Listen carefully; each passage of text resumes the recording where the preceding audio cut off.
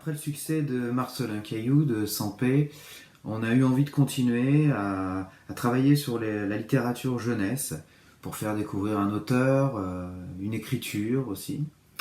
On voulait faire découvrir tout d'abord Sampé aux enfants, comme moi j'avais pu l'occasion de le découvrir dans mon enfance et qui m'avait ouvert un imaginaire, je trouvais, sur des tas de choses. Beaucoup de choses nous ont plu dans ce livre. Tout d'abord, le point de vue. Il est à la première personne, il va raconter ses émotions par rapport à l'histoire qu'on connaît tous, normalement. Il va décrire intimement ce qui s'est passé pendant cette histoire. Et c'est ça qui nous a touchés, qui nous a émus. L'écriture de Philippe Lechermeyer est très contemporaine, très vivante, très directe pour les enfants. On trouve qu'il se moque pas d'eux. Il parle d'une manière très franche, avec beaucoup d'humour, avec poésie. C'est un univers très dur, le Petit Poucet, avec la famine, la violence. Face à ces difficultés, les enfants continuent d'avancer.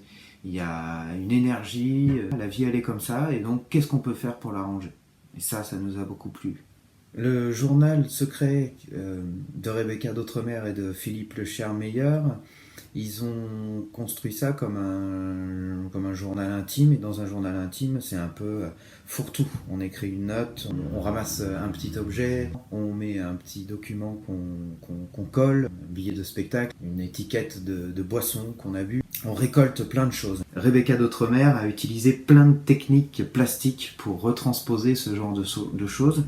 Et je me suis dit qu'au théâtre, on pouvait un petit peu faire la même chose en utilisant des techniques différentes de théâtre pour raconter cette histoire. Le théâtre d'ombre, la vidéo, l'objet, plusieurs techniques aussi théâtrales, plusieurs techniques précaires, sans les élaborer de manière fondamentale, un peu bricolé aussi, comme le journal intime. Et la vidéo, la projection d'images, va permettre de rentrer dans l'univers de Rebecca d'Outremer pour être dans la tête de Petit Poucet. C'est-à-dire qu'on va projeter des images comme si ces images sortaient de sa tête. On a un dispositif en fait qui va nous permettre d'utiliser toutes ces techniques que j'ai énoncées avant et aussi de nous plonger dans sa tête et dans son univers.